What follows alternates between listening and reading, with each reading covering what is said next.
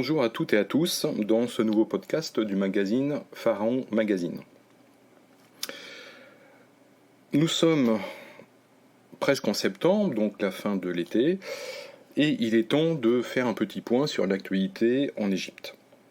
Alors, peu de choses depuis quelques mois à cause de la crise du Covid-19, comme vous avez pu le constater. Au niveau des fouilles archéologiques, c'est à peu près en point mort. Il y a quelques jours, les autorités, donc le ministère de l'Intérieur et le ministère du Tourisme et des Antiquités ont annoncé qu'une petite dizaine de missions archéologiques vont pouvoir rouvrir leur chantier, que ce soit au niveau d'Alexandrie ou que ce soit dans le sud, côté Fayoum, Luxor et Assouan. Donc effectivement très très peu de missions. Il faut dire que les protocoles qui sont imposés aux missions sont quand même extrêmement lourds, ce qui ne facilite absolument pas les fouilles. Et d'autre part, comme les décisions ont été données quand même très tardivement, de nombreuses missions qui se font en général au printemps et quelques-unes en été n'ont pas le temps de se réorganiser, de redemander les disponibilités de toutes les personnes et surtout de redemander les autorisations. Alors, quid de la saison 2020-2021 au niveau des missions archéologiques ? Là, c'est le grand point d'interrogation parce qu'on n'en sait rien.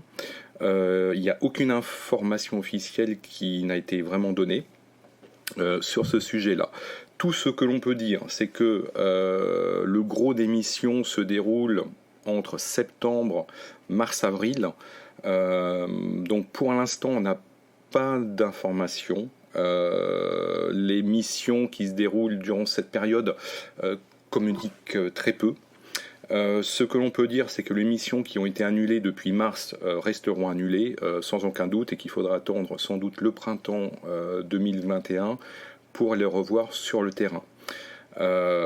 D'ailleurs, la mission menée par Lyde et Turin à Saqqara, donc dans les tombes du Nouvel Empire de Saqqara, ont déjà annoncé que la mission se déroulera qu'en 2021 si tout va bien, donc aux alentours d'avril, mai ou juin, les dates fluctuent.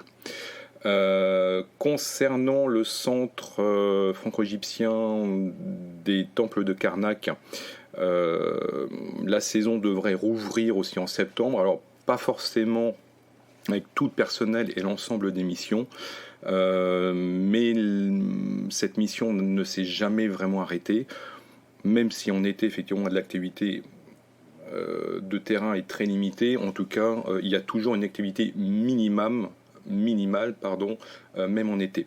Quelques missions se sont terminées très tardivement, donc avril ou mai.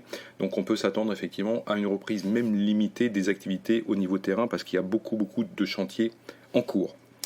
D'autres informations sur le Grand Musée égyptien. Donc on attend toujours quelques nouvelles de la situation. Actuellement on est sur une ouverture en 2021 mais avec un gros point d'interrogation tout de même parce que le gros œuvre n'est pas fini, tout l'extérieur n'est pas fini encore et ensuite il y a tout l'aménagement intérieur à faire, ce qui prend énormément de temps et surtout il y a les 80-90 000 objets qui doivent être impérativement reçus, stockés, répertoriés et bien entendu préservé dans les laboratoires. Donc ça prend aussi du temps. Donc là-dessus, il y a une incertitude sur les dates exactes, en sachant que pour le ministère, c'est quelque chose de très important parce que déjà, il faut rentabiliser l'investissement global, qui représente quand même $1 milliard. Et il faut que la situation touristique et sanitaire soit bonne pour pouvoir espérer avoir une bonne relance dès l'ouverture du musée. Ce que l'on peut dire aussi, c'est que le musée de la civilisation Infustat, donc dans le sud du Caire moderne, continue de s'aménager. Les grandes salles principales d'exposition, donc celles situées sous la pyramide, devraient ouvrir normalement à la fin de l'année, début 2021, parce que les aménagements sont quasiment finis. Les principaux objets, même tous les objets maintenant sont là-bas. Les cercueils royaux et les momies royales ont été transférés dans le musée de la civilisation. Là encore, le ministère ne communique pas d'ouverture exacte, mais on voit apparaître de temps en temps quelques photos ici ou là. Sur le musée gréco-égyptien d'Alexandrie, donc, qui est fermé depuis maintenant 2007-2008, pareil, on attend des nouvelles parce que le musée devait ouvrir début de 2020, mais rien ne s'est vraiment passé. Donc on est tous un petit peu dans l'attente des annonces officielles. On peut espérer une ouverture au plus tard aux alentours du printemps 2021 si la situation évidemment est bonne. Concernant la saison qui arrive, donc les vols repartent depuis le mois de juillet maintenant.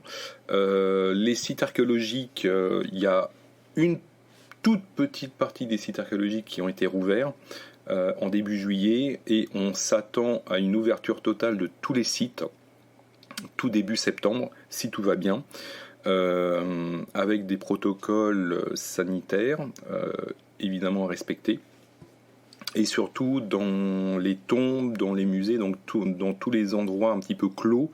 Les nombres de personnes acceptées par heure seront limités, notamment dans les musées, et le nombre de personnes à la fois dans les tombes sera aussi limité. Donc à voir comment ça va s'organiser localement, en sachant que les restrictions de voyage à l'intérieur de l'Égypte devraient être levées aussi en même temps, donc, parce que quand on arrivait à Hurghada, en tout cas en mer Rouge, on ne pouvait pas aller par exemple à Luxor, parce qu'il faut savoir que la priorité du ministère du Tourisme et des Antiquités a été donnée avant tout aux grandes stations de mer Rouge, et même du côté de Marsamatrou. Donc, et c'est ce qui repart actuellement le plus rapidement, comme après chaque crise d'ailleurs. Par contre, la situation effectivement dans la vallée du Nil proprement dite, au niveau du tourisme, est vraiment catastrophique, parce qu'il n'y a pas de touristes ou très très peu. Très peu d'hôtels ont été certifiés dans les grandes zones touristiques. Donc là, pareil, on attend aussi des précisions sur quels hôtels vont pouvoir ouvrir et à quelles conditions, parce que tous les hôtels ne pourront sans doute pas respecter le protocole imposé par le ministère, donc ça c'est à voir. Donc voilà un petit peu les principales nouvelles que l'on peut dire au niveau de l'Égypte actuellement. Donc peu de découvertes, peu de choses au niveau archéologique. Et au niveau du tourisme, vous vous en doutez, hormis la mer Rouge, la situation est bloquée. Donc maintenant, à voir comment va redémarrer les mois de septembre et octobre. Autre petite nouvelle concerne l'exposition Toutankhamon, donc qui est actuellement à Londres, donc ma exposition fermée actuellement, mais qui devrait rouvrir si tout va bien, peut-être. Il y a eu une plainte qui a été déposée par un avocat Kérot, pour sortie illégale d'objets uniques de la tombe de Toutankhamon, et contrat illicite établi entre le ministère et une société commerciale privée, donc la société IMG, qui s'occupe d'organiser l'exposition Toutankhamon à travers le monde. Ce n'est pas la première fois qu'il existe des polémiques sur ce genre de prêt. Régulièrement, il y a des plaintes qui sont déposées, mais ces plaintes Kérot sont toutes classées sans suite en général. Visiblement, il va être très dur pour cet avocat d'avoir gain de cause, parce que les amendements aux lois sur le patrimoine ont été amendés après la signature de ce fameux contrat. Donc a priori, le contrat qui existe entre le ministère et la société américaine n'a pas lieu d'être dénoncé, parce qu'il respectait les lois en vigueur à l'époque. En sachant qu'IMG a tout de même précisé un point important, c'est qu'ils ont déjà versé une vingtaine de millions de dollars au ministère et qu'il y a des bonus en cas de dépassement de vente de billets. Donc au-delà de 400 000 billets vendus, le ministère reçoit entre guillemets un bonus en dollars. Et cet argent va servir à renflouer les caisses quand même du ministère et à financer partiellement le projet du grand musée.